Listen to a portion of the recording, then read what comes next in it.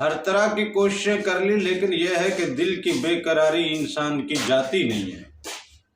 انسان کا دل بے قرار ہی رہتا ہے، بے سکون ہی رہتا ہے، تڑپتا ہی رہتا ہے۔ اس دل کی جو شکل ہے نا، قلب کی شکل، وہ اللہ تعالیٰ نے کچھ بنائی ایسی ہے۔ ایک ایسا مرغا جسے آدھی تکبیر دے کے چھوڑ دیا جائے، اگر اسے آدھی تکبیر دے کے آپ چھوڑ دیتے ہو تو نہ وہ مرتا ہے نہ جیتا ہے، بس تڑپتا ہے۔ بسم اللہ الرحمن الرحیم۔ اللہم صلی علی محمد وعلی آل محمد۔ رب اشرح لی صدری ویسر لی امری واحلل عقدۃ من لسانی یفقہوا قولی۔ السلام علیکم دوستو، میں ہوں ایک عام سا مسلمان فقیر معصوم وارسی۔ دوستو، انسان کے دل کی جو اندرونی کیفیت ہے وہ ہمیشہ اضطراب میں رہتی ہے، وہ ہمیشہ پریشان حال رہتی ہے۔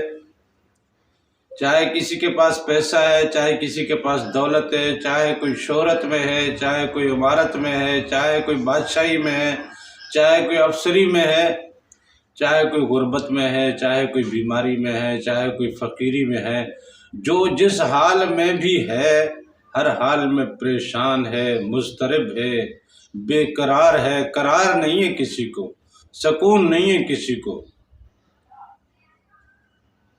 انسان کے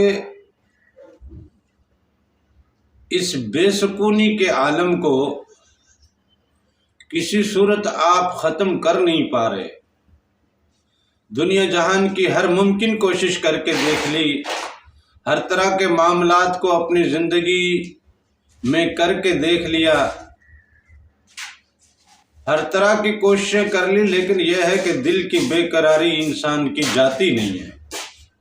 انسان کا دل بے قرار ہی رہتا ہے، بے سکون ہی رہتا ہے، تڑپتا ہی رہتا ہے۔ اس دل کی جو شکل ہے نا، قلب کی شکل، وہ اللہ تعالیٰ نے کچھ بنائی ایسی ہے۔ ایک ایسا مرغا جسے آدھی تکبیر دے کے چھوڑ دیا جائے، پوری تکبیر دے دو گے تو 10 منٹ بعد ویسے ہی تڑپ تڑپ کے مر جائے گا، لیکن اگر اسے آدھی تکبیر دے کے آپ چھوڑ دیتے ہو تو نہ وہ مرتا ہے نہ جیتا ہے، بس تڑپتا ہے۔ قلب کی صورت ہی اس مرغ بسمل کے جیسی ہے۔ ہماری یہ صورت ہے نا، لیکن ہمارے قلب کی بھی صورت ہے، روح کی صورت کبوتر کے جیسی ہے، نفس کی صورت کتے کی جیسی ہے۔ یہ ہمارے قلب کی صورت ہی،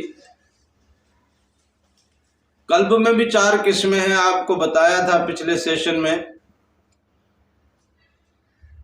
کہ پیدائشی طور پہ ہمارا جو قلب ہے اس کو کہتے ہیں قلب صنوبر۔ پیدائشی طور پہ اس کی صورت مرغ بسمل کے جیسی ہے۔ پھر جب یہ قلب صنوبر سے قلب سلیم بنتا ہے تو اس میں کچھ سکون اترتا ہے۔ پھر قلب سلیم میں جب منازل ملتی ہیں تو یہ قلب منیب بنتا ہے۔ قلب منیب بنتا ہے تو کچھ اور سکون پاتا ہے۔ پھر قلب منیب سے جب اس کے مراتب آگے جاتے ہیں تو یہ قلب شہید بنتا ہے، اور جب قلب شہید بنتا ہے تب یہ مکمل اضطراب سے صاف اور پاک ہو جاتا ہے۔ لیکن قلب سلیم تک کی بھی جو پوزیشن ہے نا، وہ بھی کافی اطمینان بخش ہے۔ مگر قلب صنوبر کی صورت تو یہی ہے، چاہے آپ دنیا کی ایک بادشاہی کیا، پورا بر اعظم بھی آپ کے ماتحت آ جائے، پوری دنیا کی تمام دولت آپ کے ماتحت ہو،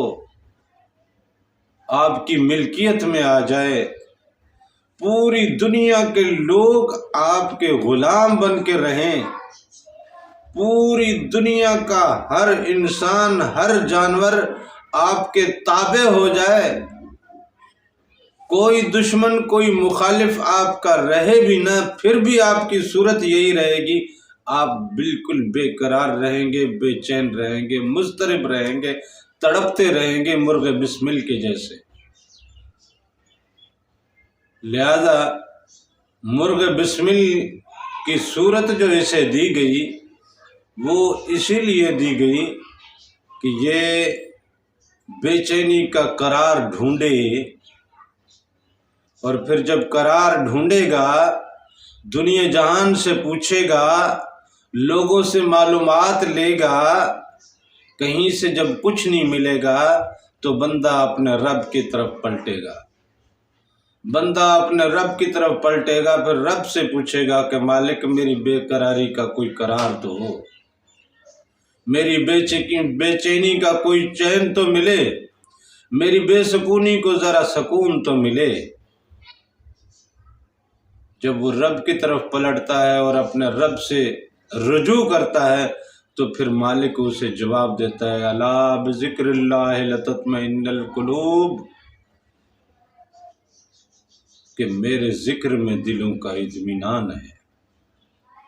میرے ذکر میں ہی دلوں کا قرار ہے، دلوں کا سکون ہے، دلوں کو چین ملتا ہے، دلوں کو آرام ملتا ہے، اللہ کے ذکر میں ہی ہے اطمینان اور سکون، چین، قرار صرف اللہ کے ذکر میں۔ تو اللہ اللہ کرتے رہنے سے ہی دلوں کو سکون ملتا ہے۔ دنیا داری تو انسان کو تڑپاتی رہتی ہے، دنیا کے معاملات انسان کو بے چین رکھتے ہیں، دنیا جتنی بھی حاصل ہو جائے گی بے چینی اتنی بڑھتی جائے گی، دنیا جتنی آپ کے اندر سے نکلتی جائے گی، دنیا کی طلب جتنی نکلتی جائے گی، جتنا اللہ سے آپ کی قربت بڑھتی جائے گی، جتنی اللہ سے آپ کی محبت بڑھتی جائے گی، جتنا اللہ کے نزدیکیاں آپ کی بڑھتی جائیں گی، آپ کے دل کو قرار ملتا جائے گا، آپ کے دل کو سکون ملتا جائے گا، آپ کے دل کو چین ملتا جائے گا۔ لہذا چین کی، سکون کی اور قرار کی صرف ایک ہی کنجی ہے، اور وہ ہے اللہ کا ذکر۔ اللہ کا ذکر ہی انسان کے ہر معاملے میں انسان کو قرار دیتا ہے، انسان کو سکون دیتا ہے۔ تو جو لوگ چاہتے ہیں کہ ان کی زندگی میں سکون آئے، قرار آئے، مالک تو وہی ہے نا۔ یہ سانس کا مالک کون ہے؟ جس نے ہمیں یہ نظر دی، بصارت دی، سماعت دی، یہ کلام دیا، جس نے یہ جوانی دی، یہ حسن دیا، یہ طاقت دی، یہ علم دیا، یہ شعور دیا، جس نے عقل دی، یہ کون ہے؟ وہی تو ہے۔ جب ہر چیز کا مالک وہ ہے، ہر چیز کا خالق وہ ہے، دن اس نے بنایا، رات اس نے بنائی، آرام اس نے دینا ہے، سکون اس نے دینا ہے، تنگی اس نے دینی ہے، کشادگی اس نے دینی ہے۔ جب ہر چیز اور ہر معاملہ اس کے ہاتھ میں ہے، جب ہر طرح کا ہماری زندگی کا معاملہ، ہماری زندگی کا ہر طرح کا اور ہر قسم کا ہر پہلو جب اسی کے قبضہ قدرت میں ہے، تو ہم اس سے ہٹ کے کسی اور کی طرف جائیں گے تو جائیں گے کہاں؟ اس سے ہٹ کے کہیں اور جائیں بھی تو کیوں جائیں؟ اس کے علاوہ کوئی ہے بھی تو نہیں۔ حدیث قدسی ہے نا کہ اللہ تعالیٰ نے کہا کہ بندے ایک تیری چاہت ہے، ایک میری چاہت ہے، ہوگا تو وہی جو میری چاہت ہے۔ اگر تو نے خود کو سپرد کر دیا اس کے جو میری چاہت ہے تو میں تجھے وہ بھی دوں گا جو تیری چاہت ہے، اور اگر تو نے پیروی کی اس کی جو تیری چاہت ہے نا تو میں تھکا دوں گا تجھے اس میں جو تیری چاہت ہے۔ بالآخر ہوگا وہی جو میری چاہت ہے۔ تو جب چاہتوں کا مالک وہ ہے، ارادوں کا مالک وہ ہے، خیالوں کا مالک وہ ہے، دنیا کی ہر چیز کا خالق بھی وہ ہے، مالک بھی وہ ہے، میرا خالق بھی وہ ہے، میرا مالک بھی وہ ہے، میری تمام تر چیزوں کا، میرے تمام تر معاملوں کا خالق بھی وہ ہے، مالک بھی وہ ہے۔ تو جب میری کسی چیز میں قدرت نہیں ہے، طاقت نہیں ہے،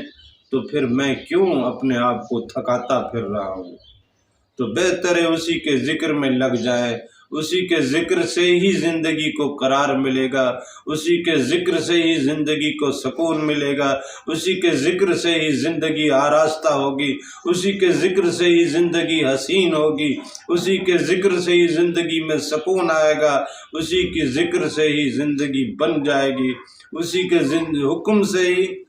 اور اسی کے ارادے سے ہی، اس کی منشا سے بھی یہ دنیا بھی بنے گی، وہ دنیا بھی ملے گی، یہاں بھی سب کچھ وہ ملے گا جو اس کی چاہت میں ہوگا۔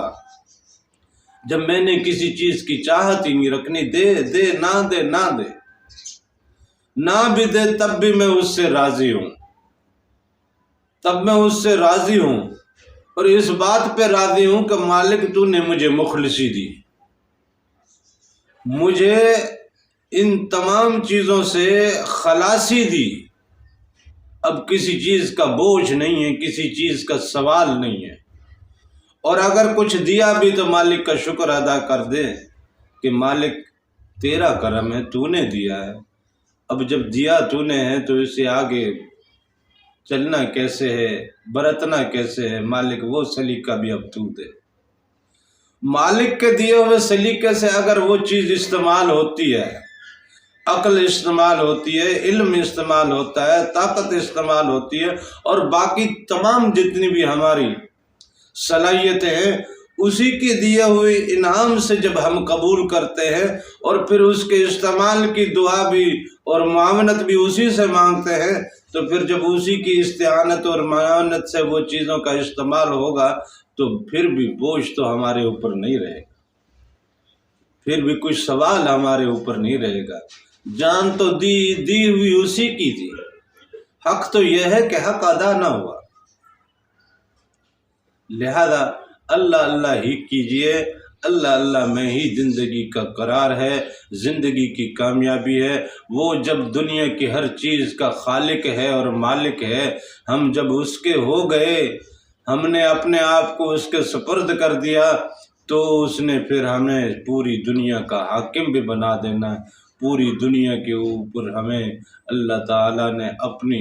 حکومت کا خلیفہ بھی بنا دینا ہے، لہذا اس کے سوا کوئی چارہ نہیں ہے۔ بے قرار دل کو قرار دینے کا اس کے علاوہ کوئی راستہ نہیں ہے کہ اللہ کے ذکر میں اپنی زندگی کو منور کیجئے، اپنی زندگی کو آراستہ کیجئے، اپنی زندگی کو حسن دیجئے، اپنی زندگی کو سنواریے، اللہ کے ذکر میں زندگی بتائیے، اللہ کے ذکر میں دن اور رات بتائیے، اللہ کے ذکر میں اپنی زبانوں کو تر کیجئے۔ اللہ تعالیٰ سے دعا ہے کہ وہ مجھے اور آپ کو اپنے اور اپنے حبیب کے عشق کی دولت نصیب کرے، آمین، جزاک اللہ۔